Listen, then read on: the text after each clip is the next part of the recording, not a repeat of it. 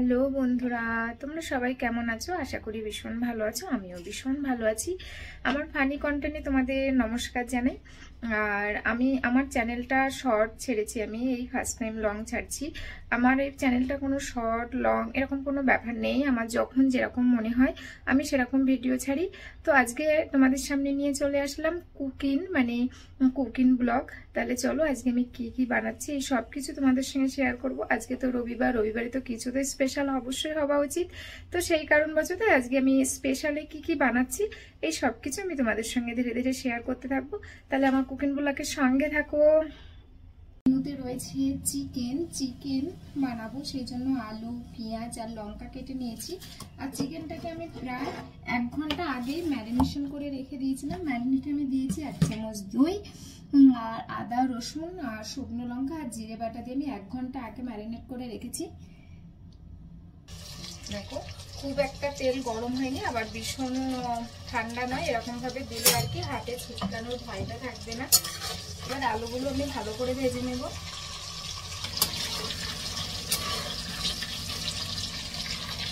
আলু আমার মোটামুটি ভাজা হয়ে গেছে, আমি ভীষণ লাল করিনি, মোটামুটি গায়ের রংটা চেঞ্জ হয়ে গেছে।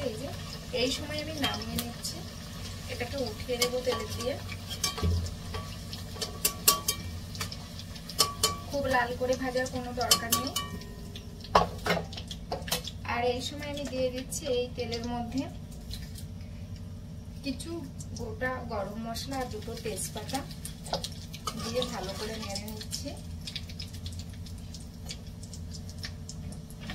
আর দিয়ে দেবো একটুখানি জাস্ট চিনিটা দিলে চিকেনের কালারটা খুব সুন্দর আসবে, সেই জন্য একদম 4-5 দানার মতো করলেও চলে।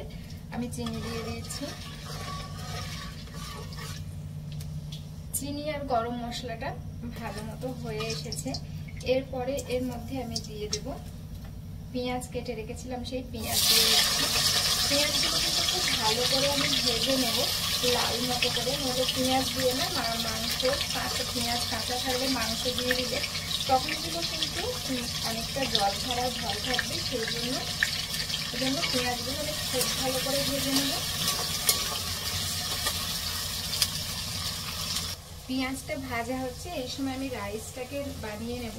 ওই জন্য আমি জল গরম বসিয়েছি, জলের মধ্যে দিয়ে দিচ্ছি গোটা গরম মশলা, 1টা তেজপাতা। আজকে রবিবারে স্পেশাল তো কিছু হবেই বন্ধুরা, তাই জন্য চিকেন আর ফ্রাইড রাইস। আর ফ্রাইড রাইসের জন্য আমি জলটা গরম করে নিচ্ছি। আর দিয়ে দিচ্ছি একটু তেল দেওয়ার কারণ হলো চালটা যাতে গায়ে গায়ে লেগে না যায়। আর দিয়ে দিচ্ছি মোটামুটি পরিমাণে আমি নুন দিয়ে দিচ্ছি। এখানে আমি 2.5 চামচের মতো নুন দিচ্ছি, কারণ আমার চালের পরিমাণ হচ্ছে 500 গ্রাম। আমি কম করে বানাচ্ছি, তোমরা যদি আরো বেশি বানাতে পারো তাহলে সেই পরিমাণে নুনের পরিমাণটা তোমরা একটু বুঝেই দেবে। আর এবার এটাকে একটু ফুটে আসা পর্যন্ত অপেক্ষা করব। ফোটা নয়, ঠিক গরম হয়ে আসা পর্যন্ত আমি অপেক্ষা করে নেব। জলটা অনেকটাই গরম হয়ে এসেছে। আর এই যে চালটা আমি দিচ্ছি, এই চালটা কিন্তু 8 ঘন্টা আগে আমি ভিজিয়ে জল ঝরিয়ে রেখে দিয়েছিলাম। এবার আমি আস্তে আস্তে এর মধ্যে দিয়ে দিচ্ছি। চাল দেওয়ার সময় একটু সাবধানে দিতে হবে, নইলে কিন্তু হাতে লাগার ভয় থাকবে। আর এইভাবে আমি সমস্ত চালগুলো দিয়ে দেবো। চাল দেওয়া আমার হয়ে গেছে পুরোটা। এবার আমি একটু হালকা হাতে এটাকে নেড়ে দিচ্ছি। বেশি জোরে নাড়তে গেলে কিন্তু চালগুলো সবই ভেঙে যাবে, সেটা কিন্তু একদমই করা যাবে না, তাহলে ফ্রাইড রাইসটা খুব একটা ভালো হবে না। রাইসটা হতে থাক, এই সময় আমার পেঁয়াজটা কিন্তু অনেকটাই ভাজা হয়ে গেছে। পেঁয়াজ ভাজতে ভাজতে আমি কত কাজ করে ফেললাম। ফ্রাইড রাইসের জন্য সবজি কেটে নিলাম, আবার ফ্রাইড রাইসের চাল সেদ্ধ বসিয়ে দিলাম। পেঁয়াজ ভাজতে কিন্তু যথেষ্ট টাইমই লাগে। এবার এর মধ্যে আমি দিয়ে দেবো, পেঁয়াজ কিন্তু আমার ভালো মতোই ভাজা হয়ে গেছে। দেখো বন্ধুরা, তোমরা দেখে বুঝতে পারছো এই যে পেঁয়াজটা অনেকটা সুন্দর করে ভাজা হয়ে গেছে, ব্রাউন কালার হয়ে গেছে পেঁয়াজটা। এর মধ্যে আমি দিয়ে দেব আদা, রসুন আর শুকনো লঙ্কা জিরে বাটার যে পেস্ট আমি করে রেখেছিলাম সেইটা দিয়ে দিচ্ছি। কারণ আমি এখানে 1.5 চামচের মতো দিলাম, কারণ আমি ম্যারিনেশনের সময়ও দিয়েছিলাম 1.5 চামচের মতো, ওই জন্য এই সময় আর কিছুই দেবো না। পেঁয়াজের সঙ্গে এই মশলাটা খুব ভালো করে ভেজে নেব, কারণ আমি নুন, হলুদ সব কিছুই আমি চিকেনে আগে দিয়ে রেখেছিলাম। তাই পরে যদি নুন লাগে তাহলে দেবো, এই মুহূর্তে আর দিচ্ছি না। এবার এটাকে খুব ভালো করে কষে নিচ্ছি। কষতে হবে এত সুন্দর করে যাতে এর কাঁচা ভাবটা চলে যায়, কাঁচা গন্ধটা। আমার এই মশলাটা ভালো করে কষা হয়ে গেছে বন্ধুরা, তোমরা দেখে বুঝতে পারছো এগুলো সব তেল ছেড়ে গেছে, তেল ওগুলো। এবার আমি দিয়ে দেবো ধীরে ধীরে সেই ম্যারিনেশন করা চিকেনটা। এই সময় কিন্তু গ্যাসের ফ্লেমটা অনেকটা আমি হাই রেখেছি, কারণ চিকেন দিয়ে অনেকটা পরিমাণে জল বেরোয়, সেই জন্য এটাকে আর আমি গ্যাসে কমিয়ে দেবো না। কমিয়ে দিলে চিকেনটা দিয়ে জল বেরোবে, তখন কষাটা ভালো হবে না। ওই জন্য আমি গ্যাসটা কিন্তু অনেকটা হাই করে রেখেছি। আজকে কি হয়েছে জানি না, কথা বলতে বলতে গলা ভীষণ বসে যাচ্ছে, ঠান্ডা লেগেছে মনে হয় ওই জন্য।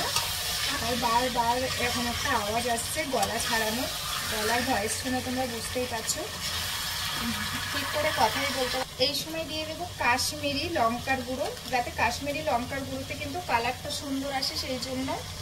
তো এটাকে সুন্দর করে নেড়ে চেড়ে কষে নেব লাল করে।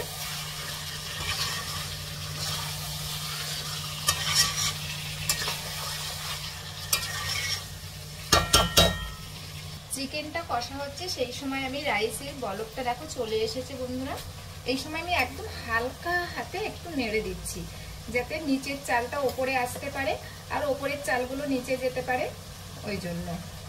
আর চালটাকে কিন্তু আমি 80% মতো রান্না করে নেব, 90% মতো রান্না করে নেব।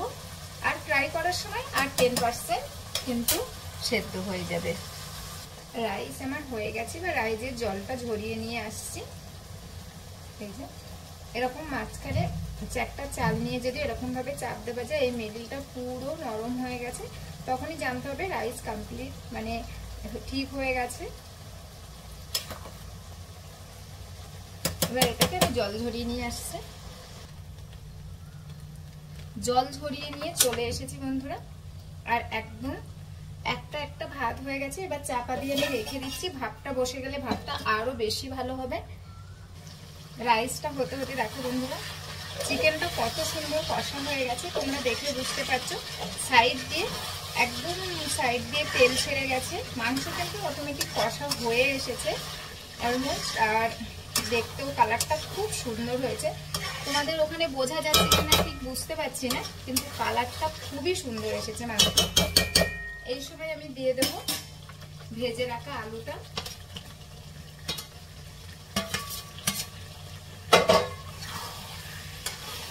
আলু ভেজে থালায় তুলে রেখেছিলাম, একটু তেল ছিল, সেই তেলটাও দিয়ে দিলাম। কোনো জিনিস ওয়েস্ট করাই তো ঠিক না, ওই জন্য। আর একটুখানি কষবো আলুটার সঙ্গে, তারপরে এতে অল্প করে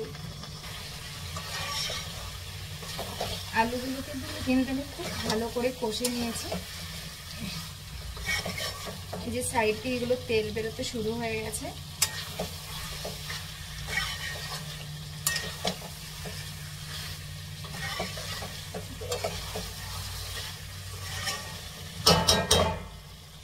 কষা কমপ্লিট হয়ে গেছে, এবার দিয়ে দিচ্ছি পরিমাণ মতো জল। এর কালারটা এসে দেখো বন্ধুরা কতটা সুন্দর। এবার চাপা দিয়ে আমি 10-15 মিনিট রান্না করে নেব। আমি এখানে 2 গ্লাসের মতো জল দিলাম, কারণ আমি ফ্রাইড রাইসের সঙ্গে খাবো, সেই জন্য একটু জলটা বেশি দিলাম, নইলে কিন্তু একদম কষা কষা চাইলে তোমরা করতে পারো। চলে আসলাম 15 মিনিট বাদে বন্ধুরা। দেখো 15 মিনিটের মধ্যে আমার চিকেন খুব সুন্দর হয়ে গেছে। এবার এটাকে আমি রান্না ফিনিশ আর কমপ্লিট করব গ্রিন ধনেপাতা দিয়ে। রান্না কমপ্লিট। এখন তোমাদের কাছ থেকে দেখাচ্ছি একটু। দেখো বন্ধুরা কতটা সুন্দর কালার হয়েছে, আর গ্রেভিটা দেখো। এবার করবো ফ্রাইড রাইস। ফ্রাইড রাইসের জন্য কেটে নিয়েছি দেখো বন্ধুরা গাজর, ক্যাপসিকাম, বিনস আর 2টো গ্রিন চিলি। কেউ দেয় না, আমি দিলাম। আর এটা টোটালি অপশনাল, এটা হচ্ছে বাঁধাকপি। আমি জানি এটা দেয় না, কিন্তু এটা দিলে অনেকটা ভালো লাগে খেতে। আমি একবার করে খেয়ে দেখেছিলাম, সেই জন্য দিলাম। এটা টোটালি অপশনাল, তোমরা চাইলে দেবে, না চাইলে না দেবে, কিন্তু এটা কিন্তু সাধারণত কেউ দেয় না। চলো স্টার্ট করি। কড়াইটা আমি খুব ভালো করে ধুয়ে নিই, মোটামুটি ধুয়ে নিয়েছি। আর দিয়ে দিচ্ছি এখন তেল। তেলের মধ্যে দিয়ে দিচ্ছি 1 চামচ ঘি। খানিকটা কিশমিশ দিয়ে ভেজে তুলে নেব।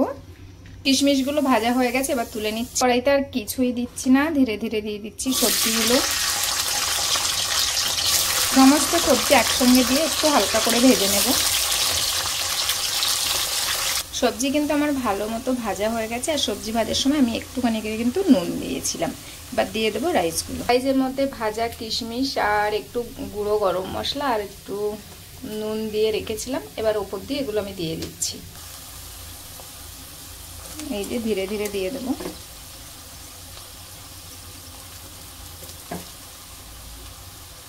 আর অল্প 1 চামচের মতো চিনিও দিয়েছিলাম। ফ্রাইড রাইস একটু মিষ্টি মিষ্টি হয়, সেই জন্য আমি বেশি চিনি দিলাম না। তোমরা যদি একটু বেশি চিনি খেতে পছন্দ করো তাহলে কিন্তু তোমরা একটু চিনির ভাগটা বেশি দিতে পারো। আমি 1 চামচ 1.5 চামচের মতোই দিয়েছি। এই ভাতের পাহাড় ধীরে ধীরে নাড়তে হবে। ফ্রাইড রাইস আমার রেডি হয়ে গেছে, এবার নামিয়ে নেব।